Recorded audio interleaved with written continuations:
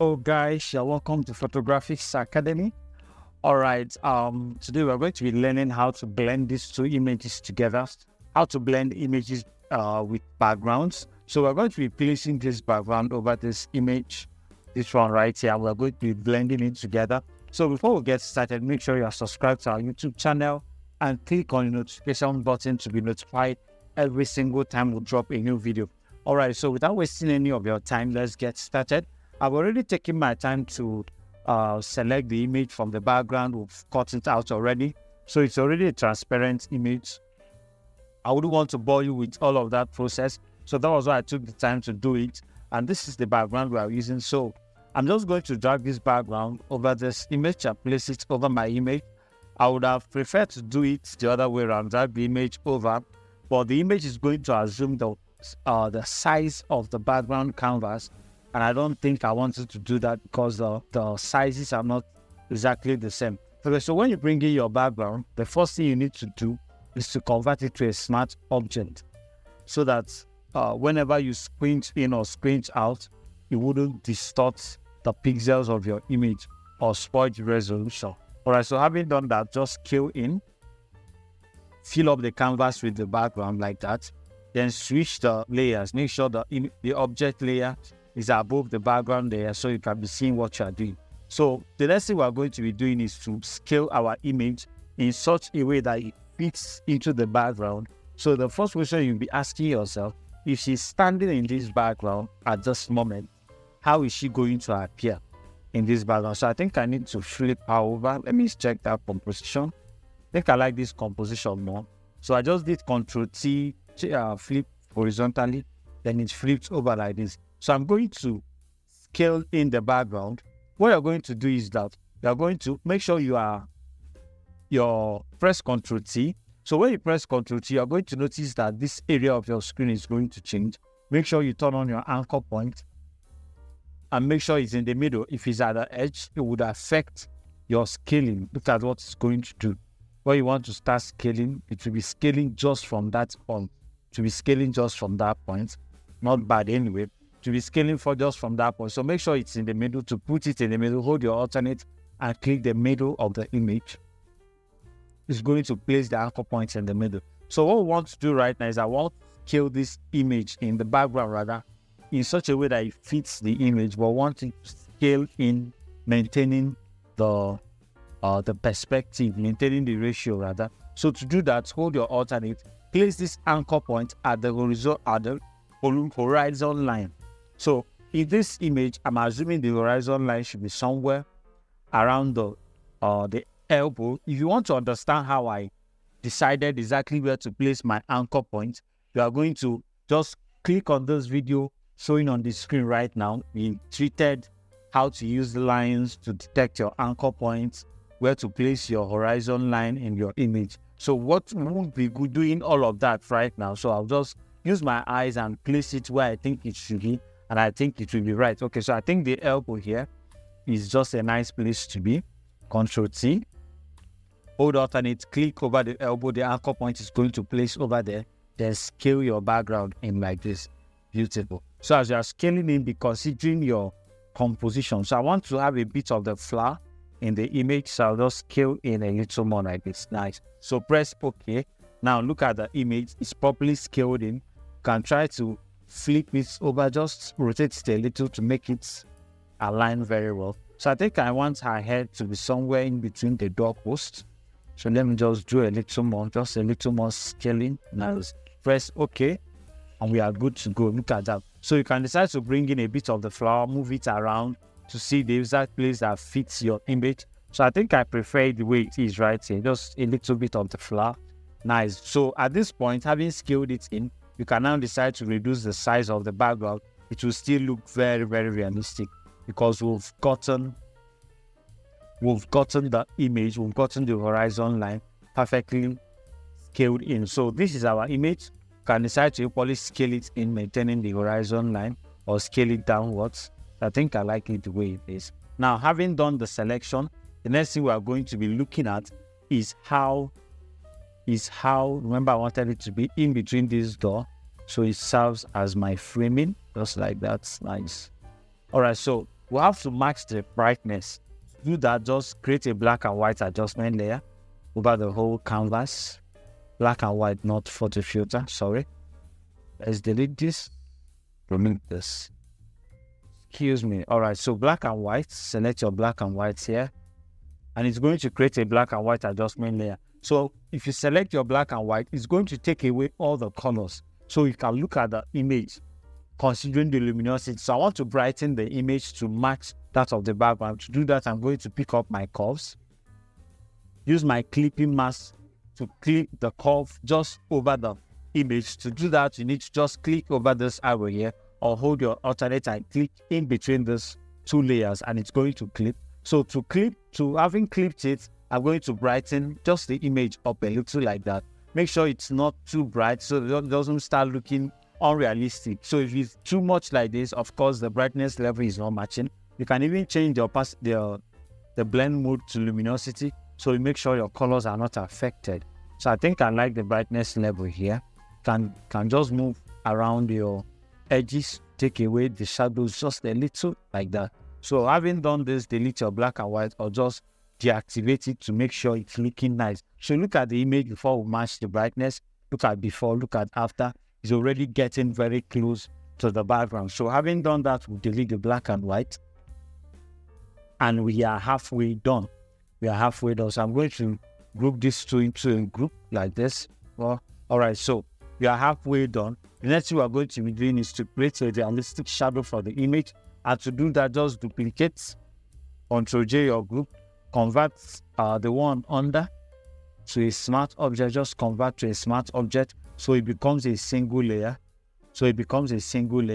After converting it, you can use your blend div to add your shadow. I just go to drop shadow, but that's not what I want to do. I want to manually scale the shadow in. Okay, so press Ctrl T, right click and go to distort. Now, if you look at this image, you're going to notice that we are having a very soft light, both in the background and on the image, very soft light. So whatever shadow we are going to be creating is going to look very soft and the edges is going to look very soft. And to achieve that, I'm just going to drag down a bit of the image out like this, just slightly like this. Press OK. You can change the blend mode to soft light. Look at the way it's already giving us a very soft shadow. Go to your filter, go to your blur, Gaussian blur. So we need to blur it out until all the edges are gone. But looking at it like right now, we have lost the shadow entirely. So just go back to normal, reduce the opacity. Just reduce the opacity like that. Nice. Okay, so you can move it around to make it look a little bit more realistic. But I think it's too saturated. Okay, so this is before the shadow. This is after the shadow. Just very slight shadow there, but it's giving it a very huge difference. One more thing I want to take care of is the shadow beneath her chin.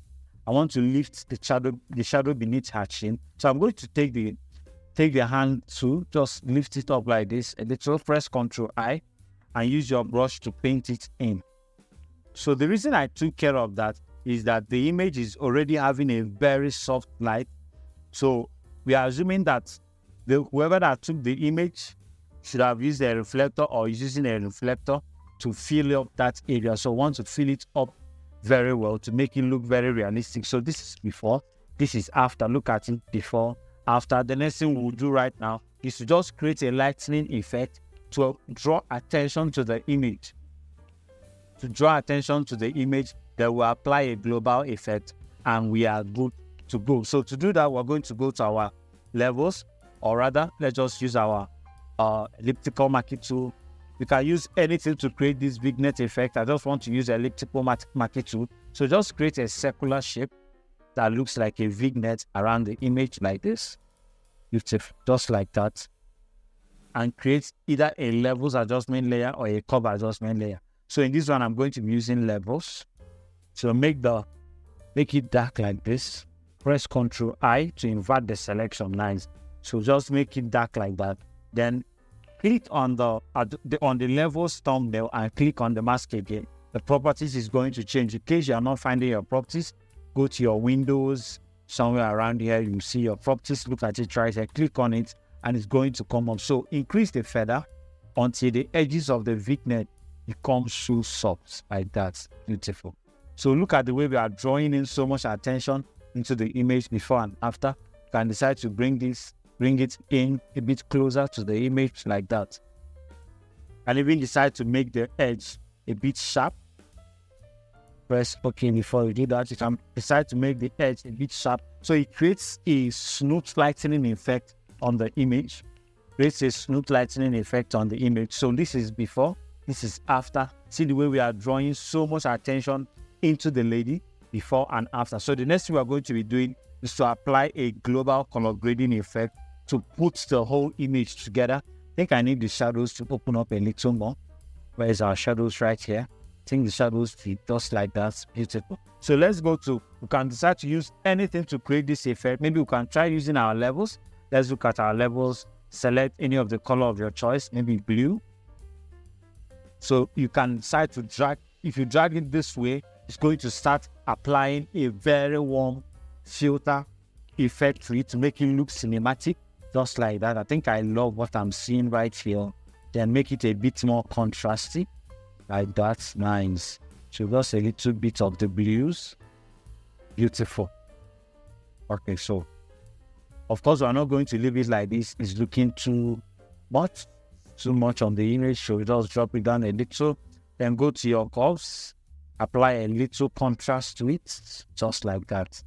Beautiful. So the next thing we're going to be doing is to just apply our color lookup table and we are good to go. So let's just locate a lookup that will look very nice on the image. I think I love this. Let me drop the opacity and see what it looks like. Beautiful. So let's keep going. We might see something more interesting. Beautiful. Nice. So I think I'm going to stick with this. Okay, so I'm going to stick with this. I love the way it's accentuating my vignettes. Maybe you can try to make it a bit softer. You think it's too edgy, like that. So let's look at the overall before and after when we started all the whole magic and all of that. So we're going to group this into a separate group so we can be able to take it away.